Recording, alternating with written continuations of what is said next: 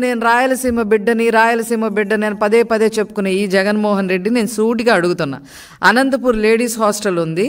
ఈ హాస్టల్లో ఏ రోజైనా ఈ కేజీబీవీ అనే హాస్టల్ ఏ రోజైనా దీని మీద వెళ్ళడం కానీ అక్కడ తరచూ ఫుడ్ పాయిజన్ జరుగుతుందని చెప్పిన ఏ రోజైనా మీరు వెళ్ళడం కానీ మీ ప్రజాప్రతినిధులు వెళ్ళడం కానీ పర్యవేక్షించడం కానీ దీని మీద ఏదైనా ఒక నోట్ తయారు చేయటం కానీ వీళ్ళ మీద ఏదైనా యాక్షన్ తీసుకోవటం కానీ ఏమన్నా ఉందా? ఎందుకంటే అక్కడ ఉన్న వాళ్ళందరూ మీకు లంచాలు ఇచ్చి వచ్చిన వాళ్ళే, మీ మనుషులే అక్కడ ఉన్న అధికారులంతా. క్లియర్గా పేర్లతో సహా చెప్తాను నేను చెప్పాలంటే. ఏ రోజన్నా వెళ్ళారా? తర్వాత అదే రాయలసీమలో కదిరిలో జగనన్న గోరుముద్ద తిని 20 మంది విద్యార్థులకు అస్వస్థత కదిరిలో జరిగింది. ఎప్పుడు 26/11/2022లో జరిగింది. దీనికి ఆయన సమాధానం చెప్తారా జగన్మోహన్ రెడ్డి గారు?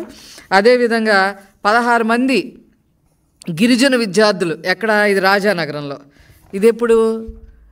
మార్చి 7వ తారీఖు 2021.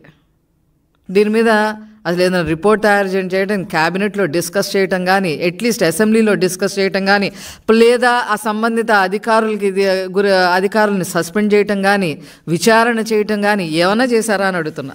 ఇక అన్నిటికన్నా ఇంకా బ్లాక్ బస్టర్ ఇంకోటి చెప్తా.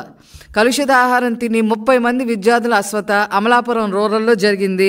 అయినా కూడా ప్రభుత్వం పట్టించుకోవట్లేదు అని చెప్పి 22 ఏప్రిల్ 2022లో మీ సాక్షి పేపర్లో వేశారమ్మా. సాక్షి పేపర్లో వేశారు. ఇది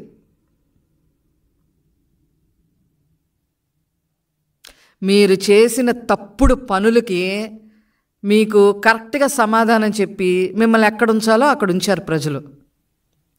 ఏమీ లేకపోయినా కూడా శవరాజకీయాలు చేయడానికి మీకు పనిపాట లేదా అని వైసీపీ నాయకుల్ని, ముఖ్యంగా జగన్మోహన్ రెడ్డి గారిని అడుగుతున్నాను నేను. ఇవి కొన్ని ఎగ్జాంపుల్సేనండి.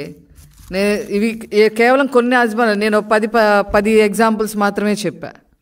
ప్రతి సంవత్సరం వాళ్ళున్న 5 సంవత్సరాల్లో వాళ్ళ గవర్నమెంట్లో ప్రతి సంవత్సరం ప్రతి నెల ఎక్కడో చోట ఏదో ఒకటి జరుగుతూనే ఉంది. దాని మీద ఏనాడు కూడా ఒక సమీక్ష చేయలే. ఆఖరికి మీరు ఇచ్చిన చిక్కీలు తర్వాత అవి ఎక్స్ట్రా బిస్కెట్లని అయ్యని ఇస్తే వాటిల్లో పురుగులు దొరికాయి. కానీ దాని మీద కూడా మీరు ఏ రోజు యాక్షన్ తీసుకోవాలా?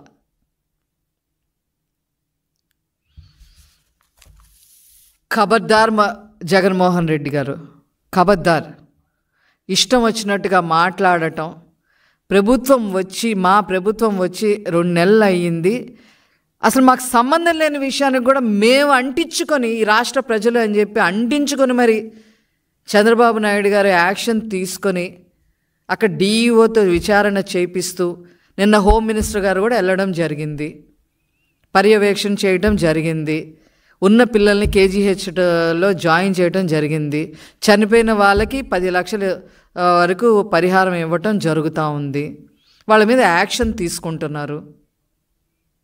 ఇంకా ఇదంతా కాక వాళ్ళందరినీ నెత్తినేసుకుంటాం, గవర్నమెంట్ తరఫున మేమందరం నెత్తినేసుకొని నేనే చూస్తానని చెప్పి కూడా చంద్రబాబు నాయుడు గారు మాట్లాడటం జరిగింది. పిల్లల కన్నా ఏది ఎక్కువ కాదు అనే ఉద్దేశంతో. ఇంకెంతకన్నా ఏం క్లారిటీ కావాలి? ఇది పరిపాలన అంటే. మీలాగా కాదు. ఇందులో నేను చెప్పినట్లు అన్నీ జగనన్న గోరుముద్దే. ఇవన్నీ ఆ గోరుముద్దలే గవర్నమెంట్కి సంబంధించిన వాటిలోనే జరిగాయి. కాబట్టి ఇవన్నీ దృష్టిలో పెట్టుకొని పిచ్చి ప్రలాపాలను మాని చంద్రబాబు నాయుడు గారు ఏ రకంగా పరిపాలన చేస్తున్నారో హోమ్ థియేటర్లో టీవీ ఛానల్స్ పెట్టుకొని చూడండి. ఇకనైనా బుద్ధి తెచ్చుకోండి. Thank you.